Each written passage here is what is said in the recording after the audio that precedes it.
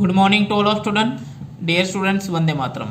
Dear students, today will be start the principles of division of power. In previous lecture, you have already learned legislative, executive, and judiciary. Okay, there are three organs of the governments. Now, first legislature, second executive, and third judiciary. Okay, now listen next topic. First topper में paragraph read कर लेता हूँ, फिर आपको clear करवाता हूँ. The government carries out of the function of the state and this the different for one another. The function of all the three organs of the government are different and all the functions require to certain expertise. All the three organs of government should be administered by the different peoples and each organ should carry out its one functions. By divisions of power, misuse can be avoided. It is necessary to divide the all powers among the three organs of the government in order to make the functions of the government easy and efficient.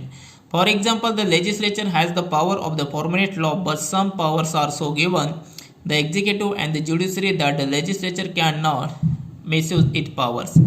Similarly, the executive control by giving the powers to the legislature and judiciary, and judiciary is the control by giving powers and legislative and the executive. Okay, now listen. अब मैंने read कर लिया, अभी हम लोग detail समझेंगे. The government carries out the functions of the states and this are different from another states. Okay, यानी देखो स्टेट गवर्नमेंट्स के लिए जो भी सेंट्रल गवर्नमेंट वर्क करती है वो अलग अलग हो सकते हैं. ठीक है, एक दूसरे से वो अलग अलग हो सकते हैं. ठीक है, तो जो भी फंक्शन है वो एक दूसरे से अलग अलग हो सकते हैं. The function of all the three organs of the government are different and all the functions require a certain expertise. okay, यानी जो थ्री organs है, ठीक है, गवर्नमेंट के लेकर उनका जो डिफरेंट फंक्शंस हमें पाया जाता है. हर एक कवर कैसा होता है, अलग अलग हमें देखने को मिल सकता है. ठीक है, हर एक कवर अलग अलग देखने को. All the three organs of the government should be administered by the different peoples and each organ should carry out in one's functions. All the three organs of the government should be administered by different peoples. ठीक है, ये जो तीनों organs है उनका जो work है वो डिफरेंट होता है. ठीक है, अभी डिफरेंट वो कैसे वर्क करते हैं उसके बारे में देखते हैं. By divisions of power, misuse can be avoided. By divisions of power, misuse can be avoided. ठीक है, यानी हर एक के लिए जो सत्ता का विभाजन करना जरूरी माना जा सकता है. It is necessary to divide the powers among the three organs of the government in order to make the functions of the government easy and efficiently. ठीक है, लिसन, मतलब ये जो तीनों पार्ट्स हैं इनके तीनों ऑर्गन से गवर्नमेंट के ऑर्डर्स को अलग अलग से फॉलो कर सकते हैं. ठीक है, वो सबसे इजीली हो सकता है. फॉर एग्जाम्पल देखो, the legislature has the power of formulates laws but some power are so given the executive and judiciary that the legislature cannot misuse these powers. ठीक है, मतलब लेजिस्लेचर के पास कुछ पावर्स दी जाती है. ठीक है, और एग्जीक्यूटिव एंड जुडिशरी से अलग हो सकते हैं, मगर उस समय लेजिस्लेचर है उस पावर्स का ज्यादा मिसयूज नहीं कर सकते. ठीक है, यानी जितनी पावर्स उन्हें दी जाती है उतनी पावर्स को उन्हें फॉलो करना होता है. मतलब लेजिस्लेटिव, एग्जीक्यूटिव एंड जुडिशरी ये थ्री ऑर्गन्स है. लेजिस्लेटिव लॉ को बनाते, एग्जीक्यूटिव लॉ को फॉलो करवाते और जुडिशरी जो लॉ को ब्रेक करता है उसे पनिशमेंट देते हैं. ठीक है, listen, legislative, executive and judiciary there are three organs of government. ये सबसे इंपॉर्टेंट ऑर्गन्स है. लेजिस्लेटिव लॉ को क्रिएट करता है, लॉ बनाते हैं, एग्जीक्यूटिव लॉ को फॉलो करवाते हैं.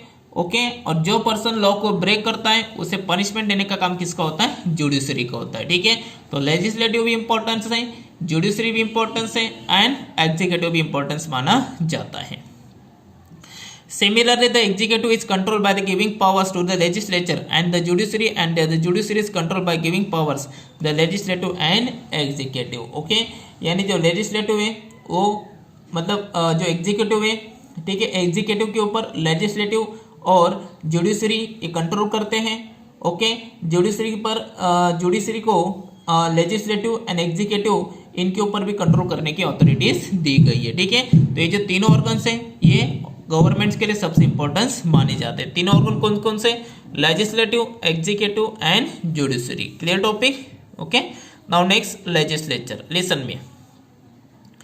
India is a republic having a parliamentary democracy. The representation of the people of the center is sent to the parliament and the state is the scene of legislative assembly. The parliament is an important of the apex organizations of the nation. The Indian parliament consist of the president, the vice president, Rajya Sabha, Lok Sabha and legislature of two types. Okay, listen, legislature start करते हैं बस। India is the Republic having a parliamentary democracy, ठीक है। भारत एक देखो parliamentary democracy, ठीक है, यानी India is a democratic country, Bharat एक प्रजातंत्रात्मक राज्य ऐसा हम लोग कह सकते हैं।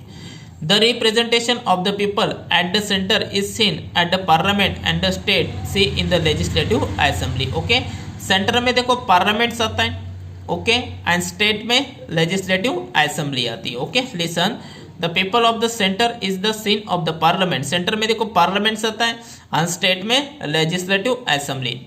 The parliament is an important and apex organisation of the nation, the parliament is an important apex organisation of the nation, parliament is सबसे इंपॉर्टेंट फैक्टर्स माना जाता है, सबसे इंपॉर्टेंट पार्ट्स माना जाता है parliaments. Okay, the Indian parliament consist of the president, vice president, Rajya Sabha, Lok Sabha. Okay, Indian parliament में देखो इंक्लूड किया जाता है प्रेसिडेंट को, vice president, Rajya Sabha and Lok Sabha. Okay, इनको इंडियन पार्लियामेंट में इंक्लूड किया जाता है। ओके, इंडियन पार्लियामेंट में president, vice president, Rajya Sabha and Lok Sabha.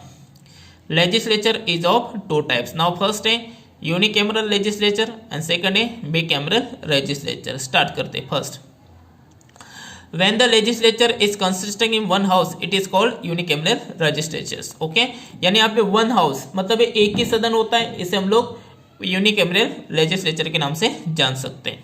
And second है बिकैमरल legislature, when the legislature is consistent of two house it's called bicameral legislature। यहाँ पे देखो टू हाउस होते हैं, उसे हम लोग बिकैमरल लेजिस्लेचर के नाम से जान सकते हैं। मतलब यूनिकैमरल में ओनली वन हाउस एंड बिकैमरल में टू हाउसेस। ओके, तो यूनिकैमरल में वन हाउस होता तो उसे यूनिकैमरल लेजिस्लेचर एंड बिकैमरल में टू हाउस होते उसे bicameral legislature. Next, at the central level the upper house of the legislature is called Rajya Sabha. Central level में देखो जो अपर हाउस है उसे और लेजिस्लेचर उसे Rajya Sabha and lower house is the called Lok Sabha. Central में जो पार्लियामेंट है उसका जो अपर हाउस है तो अपर हाउस को हम लोग राज्यसभा कह सकते हैं और लोअर हाउस को लोकसभा कह सकते हैं। At the state level the legislative consist of the legislative assembly and legislative council. जिस तरह सेंटर में पार्लियामेंट्स में लोकसभा एंड राज्यसभा आता है उसी तरह स्टेट में legislative assembly and legislative council आता है। Most of the states only the legislative assembly, state like Bihar, Uttar Pradesh, Maharashtra how legislative council too. ठीक है, मोस्ट ऑफ द स्टेट्स है जहाँ पे लेजिस्लेटिव असेंबली है जैसे बिहार, उत्तर प्रदेश एंड महाराष्ट्र। ओके, यहाँ पे लेजिस्लेटिव काउंसिल भी पाए जाते हैं। Clear topic. So dear students, आज हमें इतना ही देखना था। नेक्स्ट टॉपिक हम लोग नेक्स्ट पीरियड में देखेंगे। Okay, thank you.